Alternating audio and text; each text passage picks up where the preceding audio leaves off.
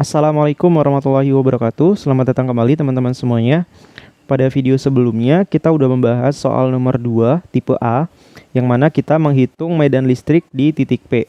Titik P ini itu berada di antara tengah-tengah muatan Ki A dan muatan Ki B. Sekarang kita akan coba masuk ke soal nomor 2 tipe yang B. Di sini titik P-nya itu berada di sini ya, berada di atas sini. Pada video sebelumnya titik P-nya itu kan ada di tengah-tengah sini ya. Sekarang titik P-nya itu ada di atas sini. Lalu gimana cara ngerjainnya? Daripada tidak penasaran, langsung aja kita bahas.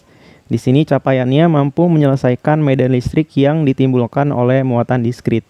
Soalnya di sini tuh perhatikan susunan muatan-muatan titik ya, atau muatan diskrit pada gambar di bawah ini. Pada gambar, besar muatan Q1 sama dengan 7 mikrokolum dan Q2 sama dengan minus 5 mikrokolum. Hitunglah medan listrik di titik P. Di sini kita tulis dulu nilai apa saja yang kita ketahuinya.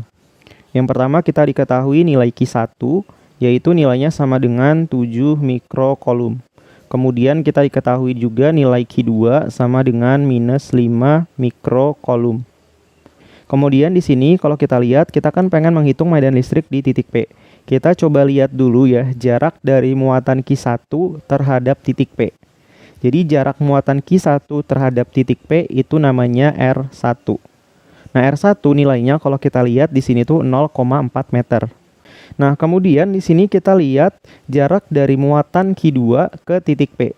Nah, kalau kita lihat di sini kan masih belum ada ya jaraknya itu berapa. Nah, jaraknya ini harus kita cari dulu nih. Cara nyarinya gimana? Cara nyarinya kita perlu menggunakan Pitagoras ya. Jadi ini tuh kita coba gambar ulang segitiganya. Nah, di sini kita udah tahu nih nilai yang bagian depan ini. Nilainya itu kan di sini 0,4. Kemudian nilai yang bawahnya ini atau nilai yang sampingnya itu nilainya 0,3. Nah, terus yang miring ini itu berapa nih? Yang miring ini kan R2 ya. Nah, R2 ini berapa nih? Nah, ini bisa kita hitung menggunakan Pitagoras gitu.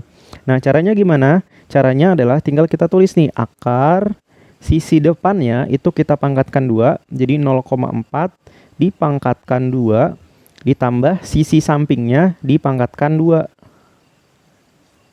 Nah, ini kalau teman-teman hitung, teman-teman akan mendapatkan hasil yaitu 0,5 meter. Jadi R2-nya di sini kita udah dapat nih. R2-nya itu 0,5 meter. Jadi di sini bisa kita tulis ya, R2-nya itu sama dengan 0,5 meter. Kemudian yang ditanya, hitunglah medan listrik di titik P. Jadi kita tulis di sini, ditanya medan listrik di titik P itu berapa gitu. Nah, sekarang coba kita jawab aja ya. Kita jawabnya mulai dari bawah sini ya. Jadi kita jawab di sini. Nah, untuk menjawab soal ini kita harus tahu dulu nih medan listriknya itu arahnya kemana aja gitu ya. Kita harus tahu dulu nih arah medan listriknya itu kemana aja. Nah, di sini kita coba lihat dulu ya medan listrik yang diakibatkan oleh muatan Q1. Nah, kira-kira arah medan listrik di titik P yang diakibatkan muatan Q1 itu arahnya kemana? Arahnya ke bawah atau arahnya ke atas? Kira-kira kemana? Oke, bener ya, arahnya itu ke atas. Nah, kenapa arahnya ke atas? Karena di sini kan ini kan muatannya kan positif ya. Artinya medan listriknya itu menjauhi muatan positif ini. Gitu. Kalau menjauhi berarti arahnya ke atas gitu ya. Jadi medan listrik yang diakibatkan oleh muatan Q1, arah medan listriknya itu ke atas gitu. Nah, ini saya kasih nama E1. Nah, sekarang kita akan coba lihat arah medan listrik di titik P yang diakibatkan oleh muatan Q2. Arahnya itu kira-kira kemana nih? Arahnya itu ke kanan bawah atau ke kiri atas? Kira-kira kemana? Oke, benar ya. Jawabannya itu ke kanan bawah. Kenapa? Karena medan listrik yang diakibatkan oleh muatan negatif, arahnya itu pasti menuju ke arah muatan negatif itu sendiri. Gitu ya. Ini materinya sudah kita bahas di sebelumnya. Kalau muatan negatif, arah medan listriknya itu menuju ke muatan negatif itu sendiri. Jadi, arah medan listriknya itu kayak gini. Gitu. Ini coba saya rapikan dulu. Nah, ini itu namanya E2. Nah, sekarang kita cari E1 dan E2 dulu, gitu ya. Jadi di sini kita tulis dulu cari E1 dan E2. Di sini kita coba cari dulu S1. S1 berarti rumusnya K dikali mutlak Q1 dibagi R1 dipangkatkan 2. Nah, ini tinggal kita masukin aja ya. Nilai K-nya itu kan 9 dikali 10 pangkat 9. Habis itu dikali Q1. Q1 nilainya ini kan masih mikro ya kan.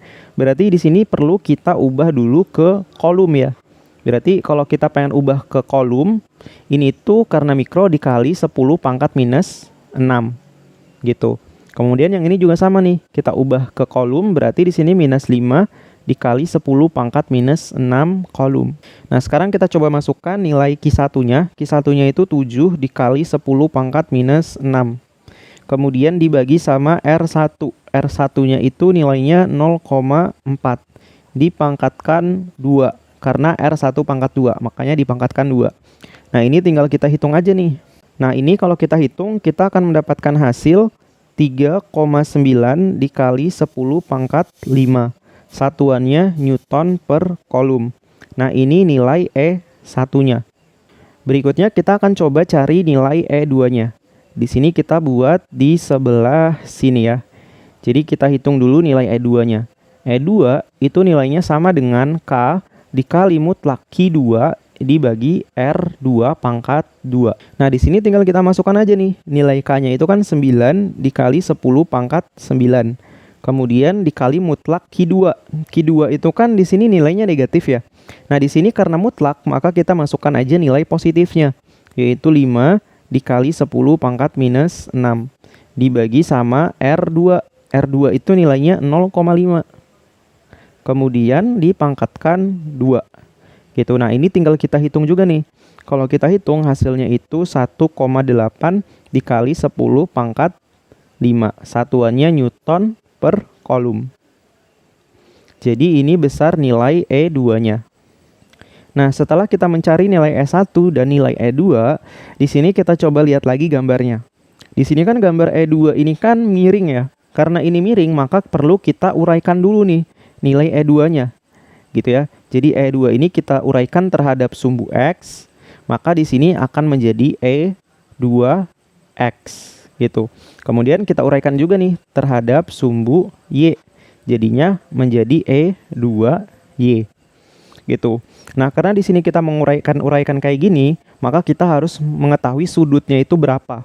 Nah, di sini karena ini itu theta ya kan. Karena ini theta, maka di sini itu bukan theta.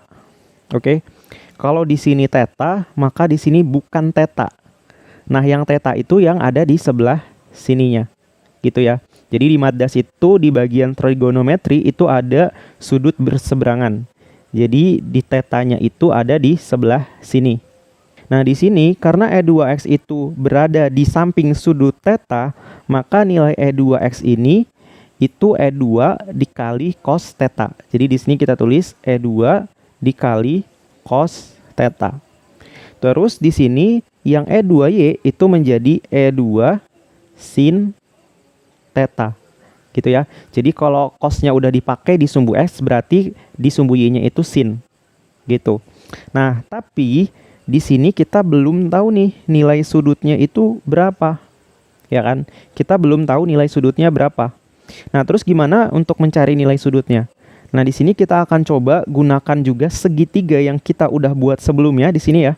Di sini kan kita udah dapat nilainya 0,4, yang ini nilainya 0,3, terus R2 ini nilainya itu 0,5. Kita coba tulis ya R2-nya itu menjadi 0,5.